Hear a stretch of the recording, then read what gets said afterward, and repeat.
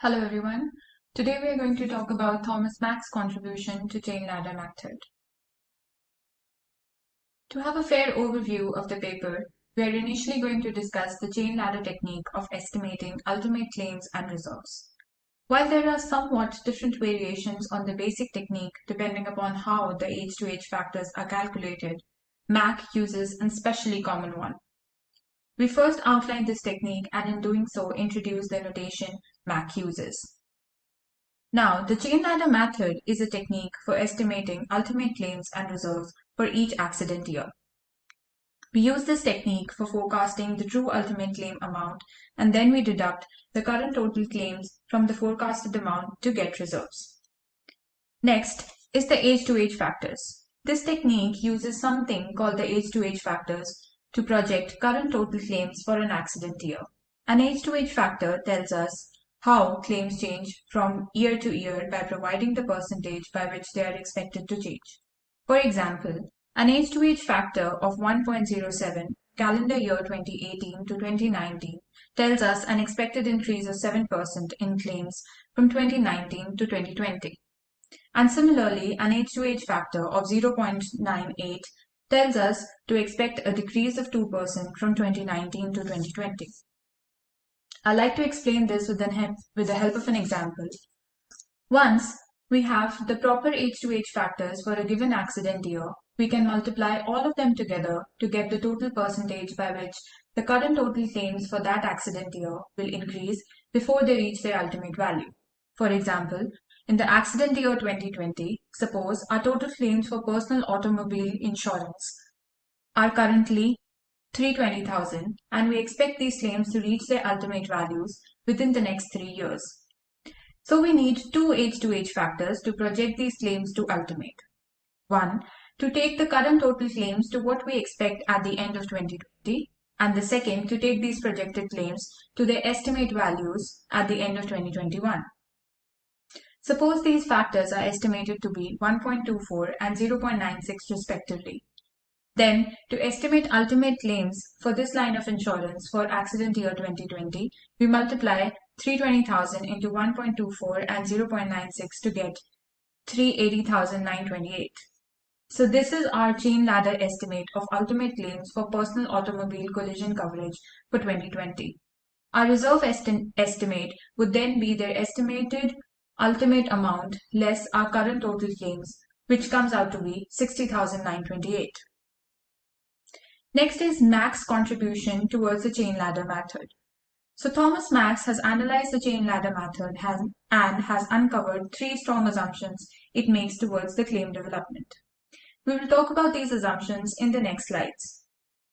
Besides uncovering these strong assumptions, he also talks about two other contributions. The first is the formula for calculating confidence intervals, and the second is a set of diagnostic tools for determining whether the three assumptions he has uncovered apply to loss development for a given set of accidents for some line of business. Now we delve deeper into the assumptions.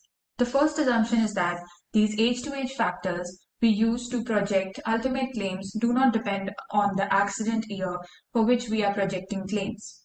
We just have one set of H2H factors to apply to all years.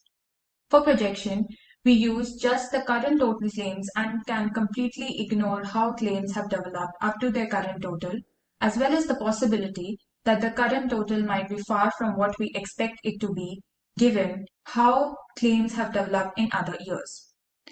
The second assumption is that there is no correlation between the loss development of different accident years, that how the claims develop in one accident year will not influence how they develop in another accident year.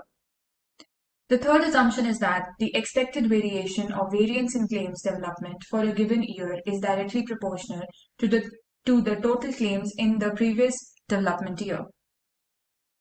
Next is the terminology that Mack has used for describing his findings. CIK, where I is the accident year, K is the development year, I is the number of development years in the total paid or incurred claims for accident year I as a development year K. The next slide is a mathematical representation of the assumptions we just talked about. Next is the construction of confidence intervals. Now, since the CL method results in a point estimate, it is good to have a measure of how accurate it is. For this, we rely largely on assumption 3, since it tells us something about the conditional variance of the estimate. MAC determines the standard errors for both the reserves by accident and the overall reserve for a book of business, and from this, one can easily construct a confidence interval through a log normal or a normal distribution. Also, the formula for the confidence intervals will be helpful in comparing the results from using the chain ladder method to the results from other methods and getting a sense for how close they are to each other, especially if we have confidence intervals from other methods. We can get a sense for a relative accuracy of different methods this way and how the chain ladder method compares to other methods. Now, this paper also has some limitations. Firstly, it is easy to assume because of its simplicity that the chain ladder method applies to many, if not most, situations in which actuaries want to estimate total claims and make few, if any, assumptions about the claim development.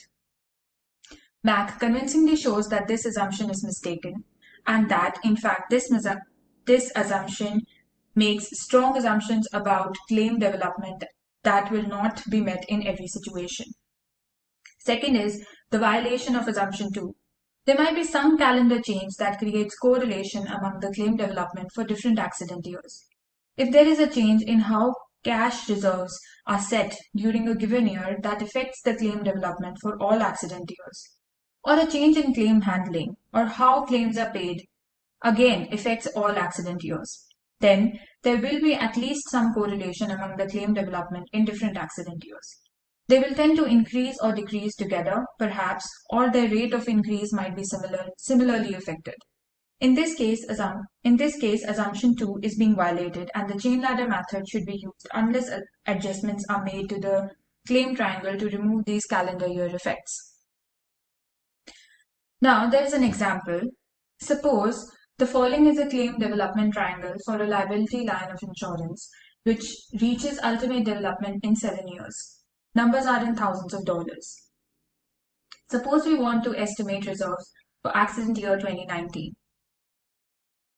First, we need a set of age-to-age factors to take us from the current total claims to 96,000 to ultimate claims. To go from the end of development year 1 to 2, we use the estimated age-to-age factors 1.105, which results into 106.13. That is in thousands of dollars. Concluding everything briefly, the CL technique is used for forecasting the true ultimate claim amount. Secondly, MAC uncovers 3 strong assumptions about claim development. Then he also develops a formula for calculating confidence intervals.